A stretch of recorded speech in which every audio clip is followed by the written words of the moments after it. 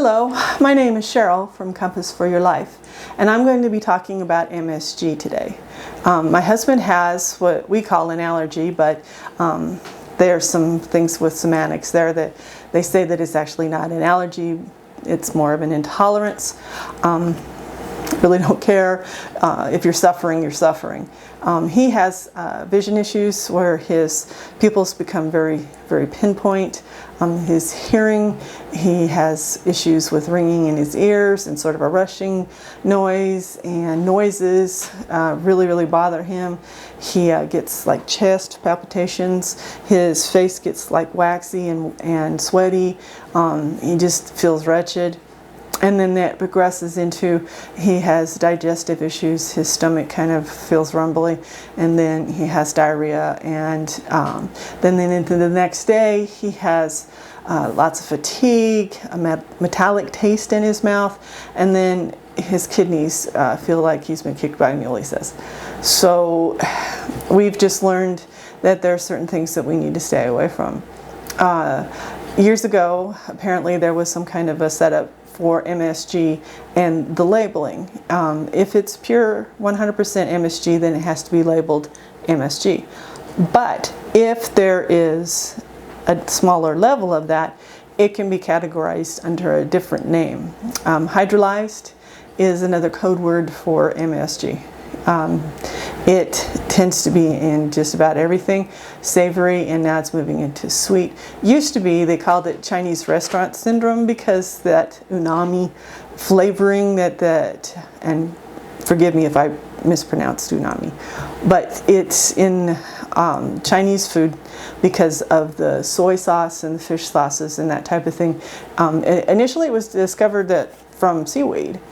And so that was sort of a natural progression, but it has moved into all types of foods, especially in the United States with the prepackaged foods. So my husband and I have to be very careful with what we have in our house when we go out to eat, all those types of things. So I thought I'd give you sort of a general overview of a few things that we have noticed and things to stay away from. The one that really kind of surprises everyone is soups. Things like a broth, chicken, beef, vegetable broths, bouillons are just, stay away from those. They're definitely full of MSG, most brands. And I'm not picking on any brands here. I'm just kind of giving you a general overview. That's not my intent to out somebody because they have MSG in their food. That's kind of silly because it's in everything. Soups tend to be a problem. Even ones that say they don't have MSG in them, they will have a smaller amount, but MSG does occur naturally. So if it's something that you really, really have a sensitivity to, soups are not a good idea. You can make things on your own, which are better. Another thing is sauces, and that's another thing at restaurants. Sauces are really, really a problem because they put that in to make it taste better. This is a brand that my husband can tolerate, and so, but spaghetti sauces and the mixes of things like for tacos and burritos, Mexican foods, that type of thing, and Italian foods, you get the little packets, even just like gravies and those types of things, they all have MSG as a flavor enhancer, so we don't have any of those prepackaged foods. Prepackaged spice mixes is really a bad one too. They tend to put that in, even on, because this is a sweet one and it was a gift, and it has sat in my cabinet because my husband can't eat it. Parmesan cheese is another one that is a bad, not just the one that's like this, that they put in the blends and that type of thing. They're not a good one either. They tend to put that in with like the anti-caking, and so you have problems with the cheese. Beans, if they're just like plain beans, if you read the label very carefully, But a lot of times they'll put extra spices in it, like if it's a cowboy bean or, Mexican bean or that type of thing. Those spicy mixes that go along with the beans are what the problem is, not the beans themselves. So we tend to just do the beans that are by themselves. Salad dressings are really not so much fun. There are certain brands that my husband can tolerate, and so we of course have them in the house. It's one of those things that unfortunately you're going to have to experiment to see what it is that you can and cannot tolerate. Another thing that we have noticed is that we'll buy a product and it has been just fine last month.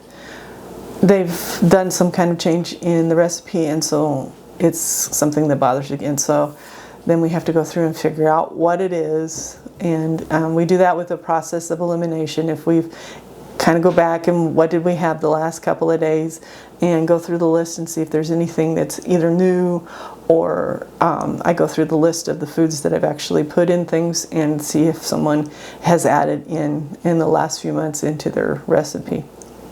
Like I said, it used to be savory things, but now, especially like whipped toppings and drink mixes that you add to water, drink mixes that, the chocolatey fun things, with marshmallows, those all have MSG in them.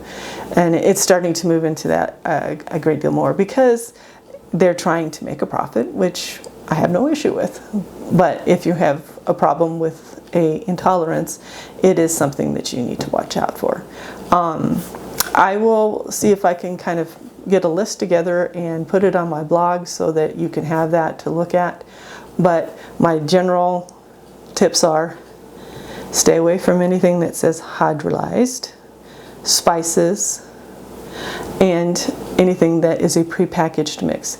Also, if you go out to eat, unfortunately the chains, especially if it's got a sauce on it, tend to be things that are a problem as well. So you have to be careful with that. We have found that, not always, but generally little restaurants, mom and pop type of places, tend to make their own foods a little bit more. So then they seem to be a little safer. When you go out, like for French fries, if they're like a spiced mix on there, that's one that's going to be a problem. Sauces like that they slather on sandwiches and that type of thing. People are usually pretty good if you ask them not to put them on. So those are kind of my tips, and if this was helpful, give us a like, and so please subscribe, and we will be talking soon.